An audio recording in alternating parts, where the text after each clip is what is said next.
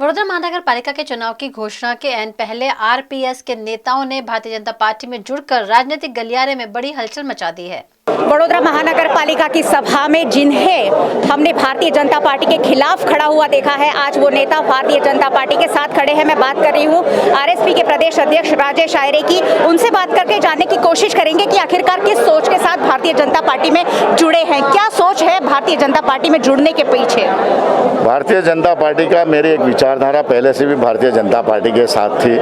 आप जानते हो कि कहीं भी चुनाव आवे, हमने कोई पर जगह पे हमने ऐसा कोई कदम नहीं उठाया कि हम पार्टी के खिलाफ जावे या पार्टी छोड़ के दूसरी पार्टी में जावे। जो पार्टी मेरी पार्टी थी, जो 10 साल मैं इस पार्टी में रहा हूँ, पार्टी के हर चीज़ में जानता हूँ। कई सरकमस्टेंसेस ऐसे होते हैं। आज मेरे विस्तार में जो काम करने की मेरी जो एक तमन्ना थी, लोगों ने मुझे जो कॉरपोरेशन के सभी काम बोले वो काम हुए। आने वाले दिनों के अंदर सरकार से या केंद्र सरकार से जो भी काम होते हैं तो शायद हम लोग उनसे जुड़े तो विस्तार को ये काम जल्दी और ज़्यादा दिन दुगना काम करे। हमारा कोई ऐसा नहीं है कि हम फैमिली को लेके इस पार्टी को आने वाले दिनों में कुछ करें। हमारे कोई विस्तार को अगर आगे बढ़ाना का है तो हमारे को सबको साथ में लेके जाने का है। और इसके लिए बड़ौदा शहर के अध्यक्ष विजय भाई शाह, सुनील भाई जो हमारे महामंत्री है, और साथ में पूरे जो हमारे CR पाटिल साहब जो गुजरात प्रदेश से अध्यक्ष है, भार्गव भाई है, हमारे भिकू भाई है, इन सब लोगों का मार्गदर्शन लेके आने वाले दिनों के अंदर हमारे विस्तार से लेके पूरे शहर के अंदर जिस जगह पर हमारी जो ज़रूरत होगी, पार्टी एक कार्यकर्ता के हिसाब से जहाँ पे भी हमें देंगे, हमारे जो विस्तार के हमारे जो जीतू भाई है, जो हमारे MLA है, सभी कार्यकर्ताओं को हम साथ में लेके हम लोग आने वाले दिनों के अंदर भारतीय जनता पार्टी का विकास है और उसके अंदर मेरे अंदर जहाँ पे भी हमारी जो ज़रूरत है, हम हमारे क्या इन्वॉल्वमेंट दे सकते हैं तो करके बड़ौदा शहर और मेरे विस्तार में, क्योंकि आज उंडेरा है, सेवासी है, जो एक अलग है, जो ग्राम्य विस्तार हमारे में आया है, तो उस विस्तार को भी डेवलपमेंट करने के लिए सरकार की बहुत ज़रूर होती है और सरकार के बिना कॉरपोरेशन अकेली नहीं कर सकती।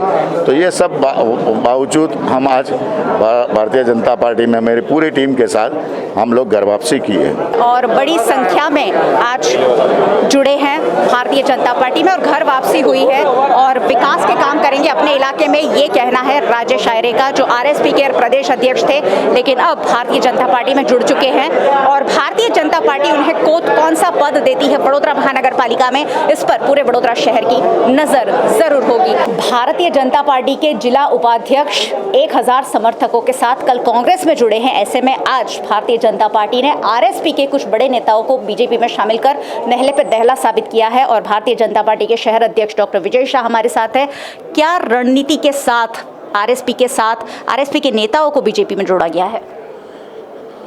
एक तो जो आरएसपी का नेता जो बड़ौदा में जुड़ा है आज भारतीय जनता पार्टी में, वो आरएसपी से पहले भारतीय जनता पार्टी का काउंसिलर था। पूरे बड़ौदा शहर ये जानता है कि 2010 में इन्होंने जो चुनाव लड़ा वो भी बीजेपी के चुनाव के चिन्ह पर लड़ा, काउंसिलर बने वो भी बीजेपी के चुनाव के चिन्ह पर बने, और इन्होंने जिस तरह से वो विस्तार में काम किया उस वजह से लोगों का प्यार और सम्मान उनको मिला। बीच में वो आरएसपी में गए, लेकिन उनको भी लगा कि जिस तरह से भारतीय जनता पार्टी का नेतागण काम कर रहा है, पूरे देश में, पूरे विश्व में सबसे बड़ी ये राजकीय पक्ष है, और इनके जो नेता लोगों को साथ में लेकर जिस तरह से काम करते हैं, शायद उनकी कार्यपद्धति यही नेता से साथ अच्छी तरह से जुड़ती थी, और इसलिए इन्होंने पार्टी का संपर्क किया और पार्टी को भी लगा कि हमारा पुराना काउंसिलर है और हम ही ने उनका गढ़तर किया है, उनको पार्टी में पुनः वापस लेना चाहिए। पार्टी की जो हमारी नेतागिरी है, माननीय प्रदेश के अध्यक्ष है CR पाटिल जी, हमारे संगठन के महामंत्री है भिखू भाई, और हमारे प्रदेश के महामंत्री भार्गव भाई भट्ट, ये सब के मार्गदर्शन के बाद हमने ये तय किया कि आज उनका भारतीय जनता पार्टी में पुनः प्रवेश हो। आरएसपी के नेता बीजेपी में जुड़े हैं, कांग्रेस के नेताओं के साथ भी लगातार बैठक जारी है, ऐसी अटकलें लगाई जा रही है, क्या कहना चाहेंगे इस पर? आने वाले समय में कौन से कांग्रेस के नेता बीजेपी में जुड़ सकते हैं?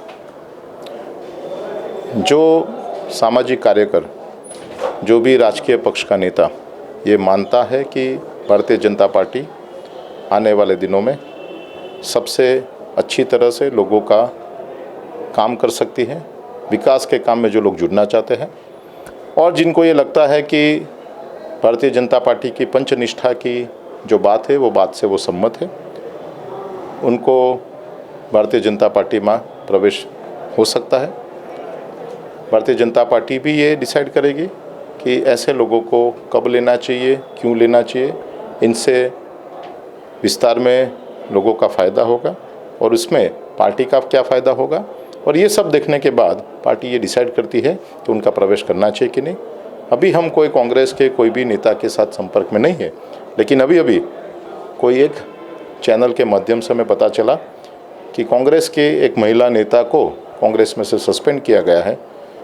महिला नेता ने मेरे साथ 2010 से 2015 में काम किया है और कांग्रेस के कल्चर से विपरीत उनका पूरा कल्चर है।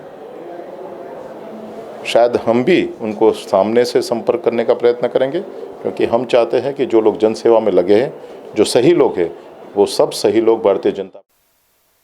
वडोदरा शहर के लोगों को स्मार्ट सिटी की सुविधाएं कब मिलेंगी ये तो आने वाला वक्त ही बताएगा, लेकिन स्मार्ट सिटी की योजनाएं कई लोगों को मालामाल जरूर कर रही हैं, जिसकी जांच अब एंटी करप्शन ब्यूरो ने शुरू कर दी है।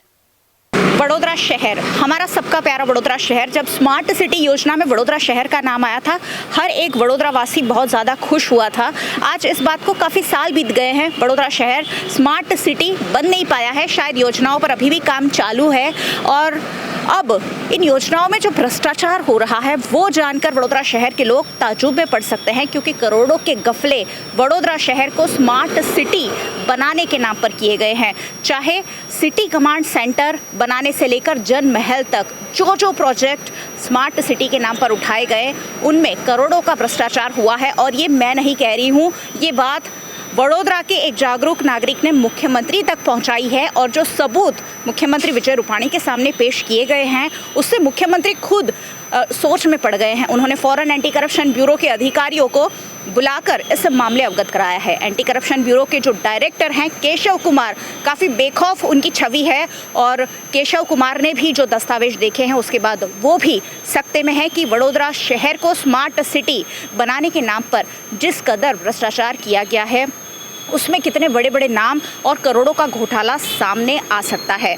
एसीबी को जांच के आदेश मिल चुके हैं और 5 टीमें वडोदरा शहर में बना दी गई हैं जो कौन कौन अधिकारी इसमें शामिल है उसकी तफ्तीश कर रही है। उस वक्त मुझे याद है एक आईएएस अधिकारी म्यूनसिपल कमिश्नर थे, उसके बाद काफ़ी म्यूनसिपल कमिश्नर बदल गए, लेकिन भ्रष्टाचार जो है वो वडोदरा महानगर पालिका के अधिकारियों, म्यूनसिपल कमिश्नर, शायद उसमें जनप्रतिनिधि भी शामिल हो, इन सारे लोगों की मिलीभगत से करीब 150 करोड़ का भ्रष्टाचार उजागर हो सकता है। एंटी करप्शन ब्यूरो की जाँच शुरू हो गई है और आने वाले दिनों में कोई बड़ा घोटाला वडोदरा शहर के सामने आ सकता है। मेरे पीछे जो आप देख रहे हैं वो है city command centre. City command centre बनाया तो वडोदरा महानगर पालिका द्वारा गया था, लेकिन उसके बाद एक निजी कंपनी को दे दी गई है और निजी कंपनी द्वारा अब संचालन किया जा रहा है। वडोदरा शहर में ऐसे कई प्रोजेक्ट्स हैं जिस पर अब जांच शुरू हो गई है। आपके कैमरे में जो दिख रहा है वो है वडोदरा शहर को स्मार्ट सिटी बनाने के नाम पर जो वाईफाई, वडोदरा पूरे शहर को वाईफाई से सुसज्ज करने की बात कही गई थी और वाईफाई के नाम पर जो खर्च किया गया है वो इसी तरह से सालों से बर्बाद हो रहा है। वडोदरा शहर में कई जगह वाईफाई के पोल लगाए भी गए हैं, लेकिन वाईफाई के जो पोल हैं कार्यरत नहीं हैं। वडोदरा शहर को वाईफाई देने के नाम पर बड़ी बड़ी बातें तो की गई थी, लेकिन वाईफाई नहीं मिल पाया है। स्मार्ट सिटी कमांड के योजना के नाम पर 100 करोड़ का भ्रष्टाचार हुआ होने का अंदेशा लगाया जा रहा है। अब मैं जहां खड़ी हूं वो है इस्कॉन जन महल, वडोदरा शहर का जो हार्द है, जहां से वडोदरा शहर के हज़ारों लोग रोज़ गुजरते हैं। ऐसी एक जगह पर जन महल बनाया गया है, इस्कॉन जन महल। ये भी जन सहभागिता से बनाया गया है और यहाँ भी करोड़ों का भ्रष्टाचार हुआ होने का अंदेशा है। और ये जो बड़े बड़े प्रोजेक्ट है, सिटी कमांड सेंटर, इस्कॉन जन महल और साथ ही साथ पीपीपी योजनाओं के तहत जो आवास योजनाएं बनाई गई है, उनमें जो भ्रष्टाचार हुआ है उस पर खास एंटी करप्शन ब्यूरो की जांच चल सकती है। करोड़ों रुपयों से योजनाएं बनाई जाती है, उस पर ठोस कार्यवाही क्यों नहीं होती, उस पर ठोस होमवर्क क्यों नहीं होता है। योजना बनकर तैयार है, लोकार्पण कर दिया गया है, सिटी बस सेंटर कार्यरत कर दिया गया है, लेकिन सिटी बस चलाने वालों को भी दिक्कत है और साथ ही साथ जो यात्री सिटी बस में सवारी कर रहे हैं उन्हें भी समस्या है। स्मार्ट सिटी के नाम पर बड़ी बड़ी योजनाएं बना दी गई गई है, लेकिन ये योजनाएं वडोदरा शहर को सुविधा देने के लिए कम और कहीं ना कहीं अपनी जेब भरने के लिए ज़्यादा बनाई गई है, ऐसा प्रतीत हो रहा है।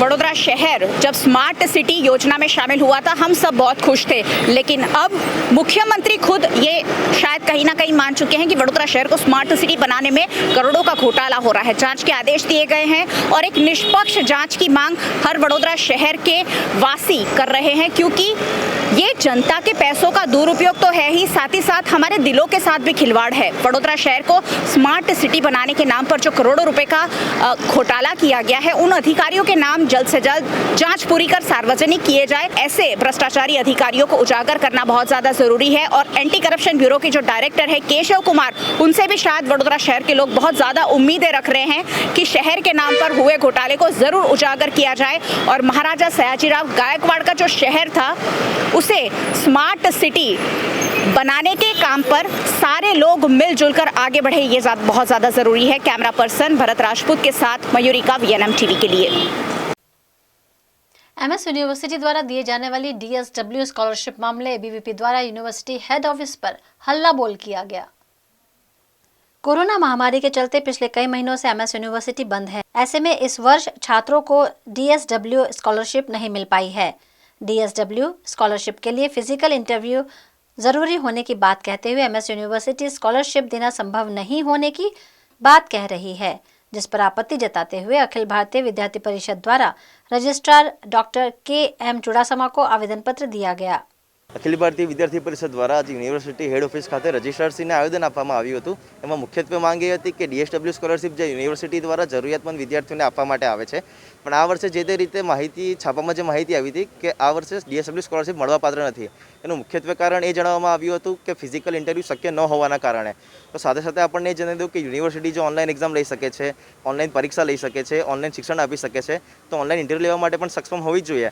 અને આપણે સૌને ધ્યાનમાં જ છે કે ગવર્મેન્ટની ગાઈડલાઈન મુજબ જે રીતે ઓફલાઈન શિક્ષણ ચાલુ થઈ રહ્યું છે, ગવર્મેન્ટની ગાઈડલાઈન મુજબ જે રીતે સોશિયલ ડિસ્ટન્સનું પાલન થઈ રહ્યું છે, તો એને ધ્યાનમાં રાખીને ઓફલાઈન ઇન્ટરવ્યૂ પણ થવું જોઈએ। રજિસ્ટ્રારશ્રીને આ આવેદન આપી વિનંતી કરવામાં આવી છે કે ઓફલાઈન ઇન્ટરવ્યૂની શરૂઆત જલ્દી કરવામાં આવે કે જેથી જે જરૂરિયાતમંદ વિદ્યાર્થી છે જે પોતાની સ્કોલરશિપથી વંચિત ન રહી જાય। જો આગામી સમયમાં આની ઉપર યોગ્ય નિર્ણય લેવામાં નહીં આવે તો ઉગ્રથી ઉગ્ર આંદોલન કરવામાં આવશે અને તેની સંપૂર્ણ જવાબદારી યુનિવર્સિટી તંત્રની રહેશે। મિત્રો આજે DSWની સ્કોલરશિપનો મુદ્દો લઈ અને રજૂઆત કરવા આવ્યા હતા। મહારાજા સયાજીરાવ યુનિવર્સિટી ઓફ બરોડાની અંદર DSW સ્કોલરશિપ નીડી વિદ્યાર્થીઓને આપવામાં આવે છે। જરૂરિયાતમંદ વિદ્યાર્થીઓ હોય, સામાજિક અને આર્થિક રીતે પછાત, તેમના માટે થઈને આ ખાસ સ્કીમ રાખવામાં આવી છે અને દર વર્ષે આની પ્રોસેસ થાય છે। પણ આ વર્ષે COVID-19ના કારણે થઈ અને પહેલા 6 મહિનામાં આ પ્રોસેસ એટલા માટે ન થઈ શકે કે આના ફોર્મ્સ ભરવાના હોય, વિદ્યાર્થી સાથે ઇન્ટરવ્યૂ કરવાનું હોય અને પછી એમના ઘરના વેરિફિકેશન કરવાના હોય, જેથી કરીને ખાતરી થાય કે સામાજિક અને આર્થિક રીતે આ વિદ્યાર્થી પછાત છે। આ પ્રોસેસ અગાઉના સેમિસ્ટરમાં નહોતી થઈ શકી અને અગાઉના સેમિસ્ટરની અંદર વિદ્યાર્થીઓ પાસેથી ફીસ પણ ઓછી લેવામાં આવી હતી। એ વખતે ઓનલાઈન ક્લાસીસ હતા અને કેમ્પસ પણ બંધ હતું। હવે કેમ્પસ ખુલી ગયું છે। યુનિવર્સિટી સેકન્ડ સેમિસ્ટરની પૂરી ફી લેવાની છે અને એની અંદર જે કંઈ પણ DSW સ્કોલરશિપની પ્રોસેસ છે એ પણ કરવાની છે। હવે યુનિવર્સિટી એ પ્રોસેસ હાથ ઉપર લેશે અને આગામી સેમિસ્ટરની અંદર એ તમામ પ્રોસેસ વિદ્યાર્થીઓ માટે કરી આપશે। हम हमारा हक मांगते नहीं किसी से भीख मांगते, हम हमारा हक मांगते नहीं किसी से भीख मांगते। भारत माता के जय, जिंदाबाद जिंदाबाद, ABVP जिंदाबाद। कुछ समय में बच्चे भी स्कूल जा पाएंगे, जो छोटे ग्रेड्स के बच्चे हैं, तो वो जब स्कूल जाएंगे तब उनके लिए जो स्कूल 1 साल के बाद खुला है वो कैसा रहेगा? पेरेंट्स को कैसे कन्विंस करोगे कि वो बच्चे को भेजें, क्योंकि यहाँ बड़े बच्चों को भेजने के लिए भी तैयार नहीं है parents. Most of the time the parents think ये सिर्फ एकेडमिक्स में अटक गए हैं। अगर सुखद में किंडरगार्टन स्कूलिंग होती है बच्चे का, वो बच्चा बहुत लंबा पढ़ता है। So every year is important. 7:30 उठना ही चाहिए बच्चा, 8 o'clock ब्रेकफास्ट हो ही जाना चाहिए और 1 o'clock की उसको लंच मिलना चाहिए। वो अभी हम 3.5 महीना प्रैक्टिस करेंगे तो ये पिछली हैबिट्स निकलेगी। These children can go back to traditional letter writing and things like that. जी जी। कुछ नहीं तो एक कार्टून बना के भेज दिए अपने फ्रेंड को, how are you kind of thing. Half page लिखिएगा जरूर, उसे फिर रिकॉर्ड कीजिए, पढ़िए उसे, ताकि आपका वो पढ़ने वाला बात भी, रीडिंग की बात है वो भी हो जाएगी, और वही ऑडियो मैसेज आप अपने दोस्त को भेजिए। देखिए कितना मजा आता है उसको आपकी आवाज सुनने। देखिए ये विशेष चर्चा रविवार सुबह 11 बजे VNM TV kids YouTube channel पर और रात 9 बजे इन डैन केबल पर VNM TV यूट्यूब चैनल और VNM TV फेसबुक पेज पर।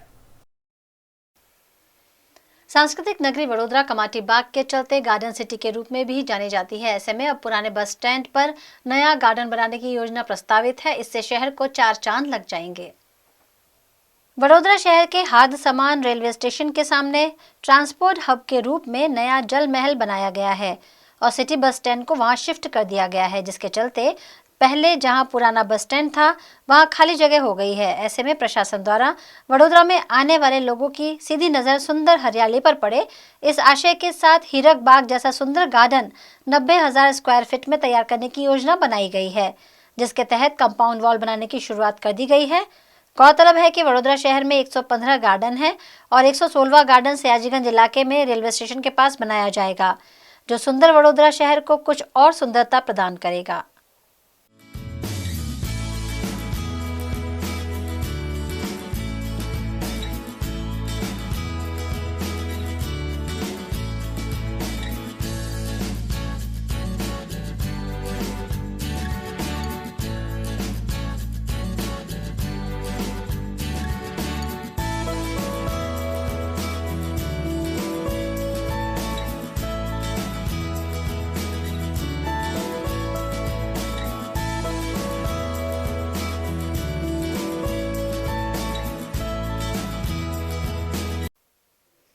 कॉर्पोरेशन के चुनाव निकट आ रहे हैं और ऐसे में प्रत्याशियों का दल बदलना शुरू हो चुका है। जब कांग्रेस शहर अध्यक्ष प्रशांत पटेल से प्रत्याशियों के दल बदलने के बारे में पूछा गया तो सुनिए उन्होंने क्या कहा। हर चुनाव आता है तब भारतीय जनता पार्टी की एक स्ट्रेटजी होती है कि कांग्रेस के जो कॉर्पोरेटर होते हैं वो हमारी पार्टी में आने वाले हैं। इस तरह से माहौल क्रिएट करके ऐसा बताना चाहते हैं कि आम जनता कॉर्पोरेशन के चुनाव में बीजेपी को वोट दे। लेकिन जिस तरह से 25 साल से हमारे सीनियर लीडर जो कांग्रेस की नेतृत्व है, कांग्रेस के नेतृत्व में हमेशा हर बार एक जन नेता पैदा होता है और भारतीय जनता पार्टी के 25 साल के शासन में जो भी लीडर चुनाव जीत के आते हैं वो सिर्फ भ्रष्टाचार करते हैं। आज देखो कॉरपोरेशन की बात करें तो कॉरपोरेशन का चुनाव कोई राजकीय या राष्ट्रीय चुनाव नहीं है, ये आम लोगों की स्थानिक सुविधा का चुनाव होता है। उसमें हर बार कांग्रेस पार्टी विपक्ष के नाते हर बार शासक पक्ष के सामने लड़त देती है। फिर भी 25 साल में कॉरपोरेशन के स्मार्ट सिटी बनाने की बात हो, शंघाई सिटी बनाने की बात हो, हर क्षेत्र में भारतीय जनता पार्टी के शासन में बड़ौदा में कोई सुविधा नहीं मिली है और उनका शासन विफल रहा है। इसलिए ये बात भारतीय जनता पार्टी के द्वारा ही फैलाई जाती है, लेकिन ऐसी कोई बात नहीं है।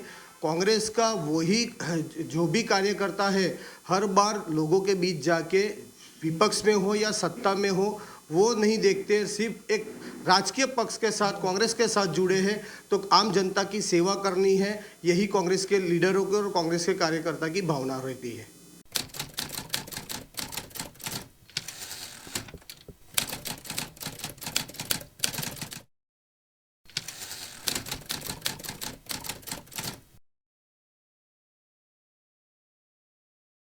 लेटेस्ट खबरों के लिए यूं ही देखते रहिए VNM न्यूज़ और हाँ VNM TV की YouTube चैनल को लाइक, शेयर और सब्सक्राइब जरूर करें।